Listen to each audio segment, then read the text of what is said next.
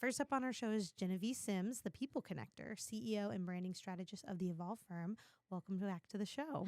Thank you so much. I'm excited to be here. So you've been on the show before, but Yes. give us a brief overview of, well, what is the People Connector versus the Evolve firm? Are they same thing, two separate? Well, I'd like to think they're always the same because it's me in the middle, right? The People Connector, honestly, it's real simple. When you go into a networking event and you're talking to somebody and you're getting to know them, a lot of people are listening to reply. So they've got their pitch ready before you're even done introducing yourself. So when you learn how to listen and attentively listen, then you can actually provide good feedback and good referral resources because now you're listening to what they actually need. And also knowing how to ask the right questions so that you can connect them with the right people. That's one of the best things I love with networking is that you never know who you're going to meet. And then even if you go to a networking event, when I first started my business, I was always the first one there, last one to leave. I was there to the point where I would lose my voice because I was talking to people, but not for the intention of handing out my business cards. It was there to build a relationship so that when the time came for them to need somebody in social media, somebody needed, they needed, print items or marketing things or networking events, then they would think of me. And that's how this kind of evolved with the flower thing too. I moved here from Hawaii and I was like, how do I stand out from the crowd? I was like, well, naturally, I would wear a flower that I would pick from the tree. But since they don't have that here, I had my auntie send me a bunch of flowers. And now, you will recognize me at every event with a flower in my hair. And so that's part of my branding.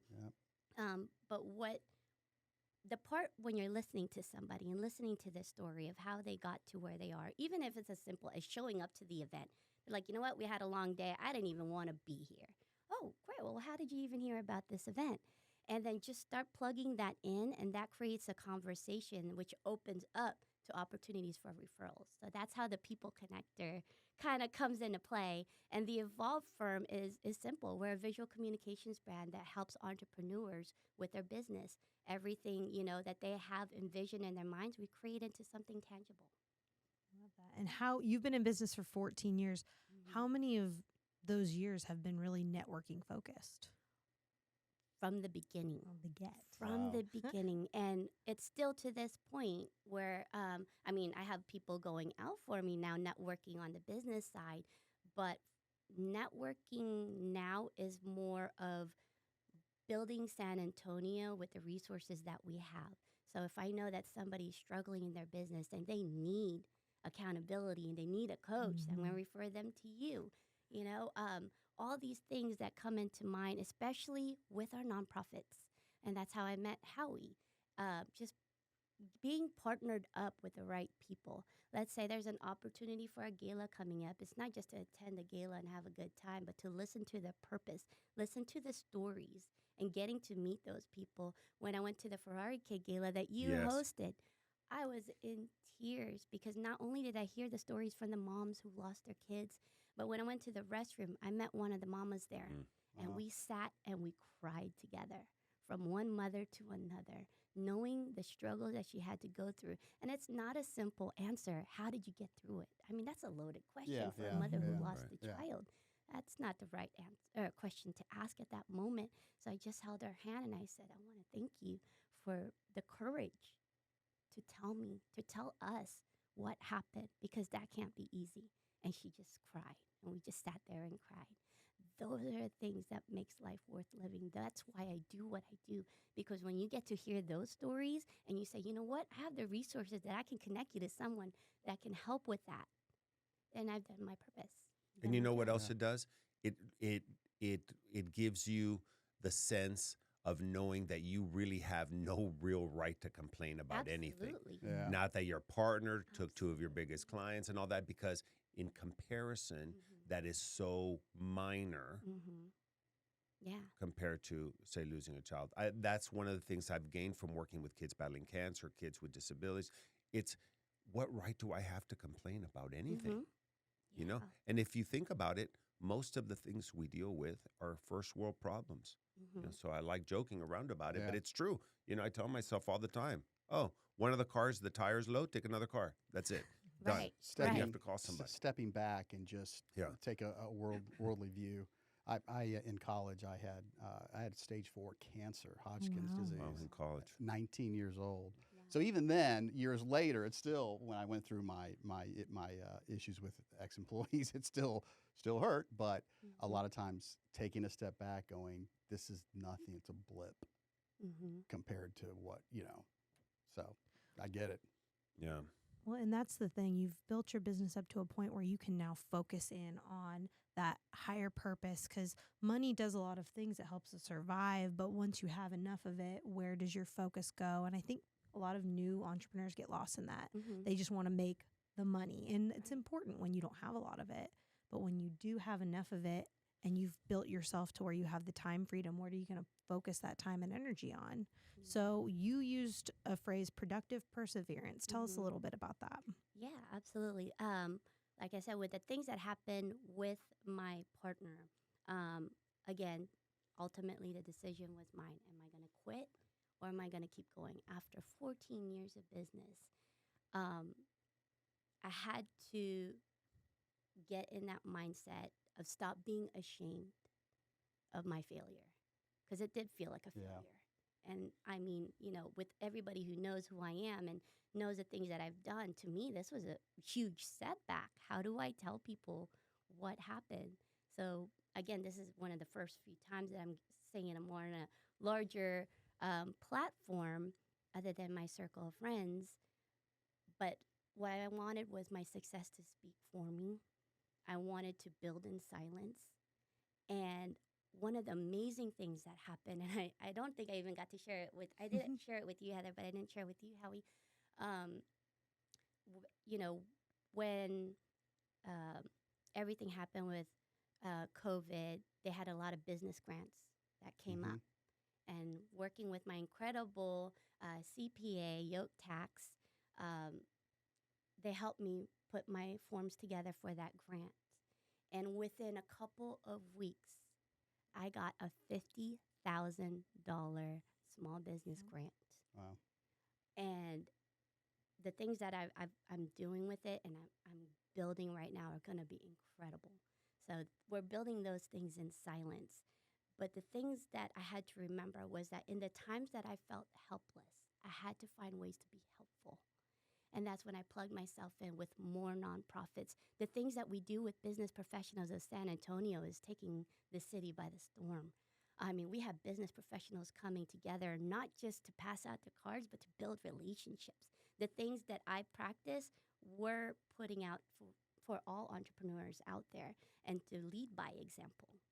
And so that's just where we're at right now. And of course, cool.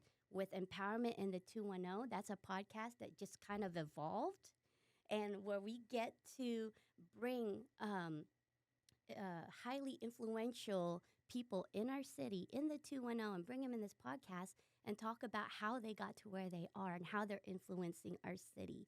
I mean, in a couple of weeks, we're going to have Chuck Rowe from the Spurs. He's awesome. Speaking. Oh, I love him.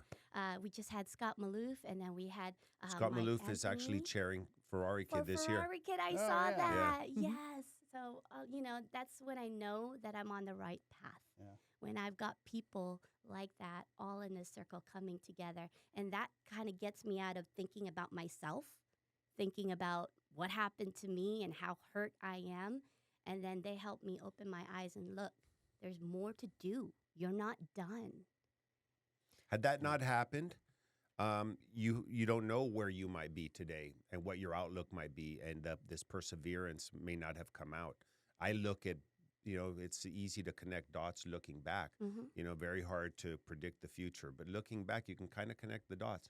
Yeah. We can all look back on our lives and say, had my parents not gotten divorced, had we not gone bankrupt, had we not this, had my partner not screwed me out of, X number of dollars. And then you start to say like, oh yeah, and look, this is where the upticks were. And so it was usually right after those things, maybe not immediately, but after that. and then you build and you build and you build. The door's open. One door closes and then the other door's open. By the way, Heather, as a business coach, you might help me with this. Genevy's personal brand is the flower. Mine is showing up late. You think I should trade that in for something else? I mean, as long as you communicate the expectations and you want it to be part of your brand. Text it. I'm there in 7 minutes. People always ask, why do you say 13 minutes? Why do you say 7 minutes? I'll be there in 7 minutes. I go, it sounds more believable. Yeah. Oh, see, I always round up to the next 5. Oh, you do? Yeah. If I'm going to be 2 minutes late, I tell you 5. I build myself some See, and I always think of restaurants when they say, oh, we'll have your table ready in 15 minutes. I go, that's half an hour, kids. Let's go. Let's go somewhere else. So when I say, if they tell me, hey, your table will be ready in 13 minutes, then I believe them. So my question to you would be, do you want to work with the kind of people who are not okay with you being a couple minutes late? I want to work with anybody, whether they like me or not. No, I'm just kidding. No, it's a big disrespect to other people. And I've been working on it for decades. And you don't have 2 watches. So, I mean, that may be the answer to the question. If it's something that, if you want to work on your strengths rather than your weaknesses, then maybe your ideal friend, client, and connection is just someone who's going to value your presence more than your, tardiness. Right. So that means I have to work with Jews and Mexican nationals because they usually he can say that. I can say that. My dad's from Mexico. No, we show up late all the time. I call it Jewish Mexican Standard Time. There you go. I did have a meeting with 2 Mexican nationals and then one of my employees who's Mexican American. And so I was running late and I texted everybody. Guess I showed up 8 minutes late. I was the first one at my office. You're like, and these then are my they all people. showed up. I'm like, I forgot who I was meeting with. I didn't realize it was going to be 10:30. My big thing is the communication. If you show up late, but you've communicated that you're going to be late, I'm cool with it. It's if you just leave me hanging there. So I did text you. You texted me, so we're good. I wasn't driving and texting. I was voice texting. Genevieve, if someone wants to get a hold of you or see what you're doing, how can they reach out to you? Yeah, absolutely. Well, I have my website, theevolvedfirm.com. I have my speaking website, which is JenevySims.com. And you can find me on LinkedIn as well as Instagram and Facebook. And go check out Jenevy. She's doing big things. So real quick, last shout out. What's the big opportunity you have coming up in the next week? Oh, I'm so excited. I'm gonna be flown out to New York to speak at the Event Expo 2023. Cool. Awesome. It is incredible. I'm gonna be very vulnerable and say I am nervous. We have keynote speakers like Chuck V and Todd Hartley, and those guys, I've been following them for years and practicing everything that they've taught. So I'm going to be a little starstruck when they get on stage, but I'm very excited. This is a great opportunity, and I'm excited to see what it leads to. I think it speaks to a lot of your activity here in San Antonio that you've been asked to come out to New York to speak. Yeah. That's just huge. So congratulations. Thank you. We'll look for it on social media. Posts. Yeah, we want to see that revenge success.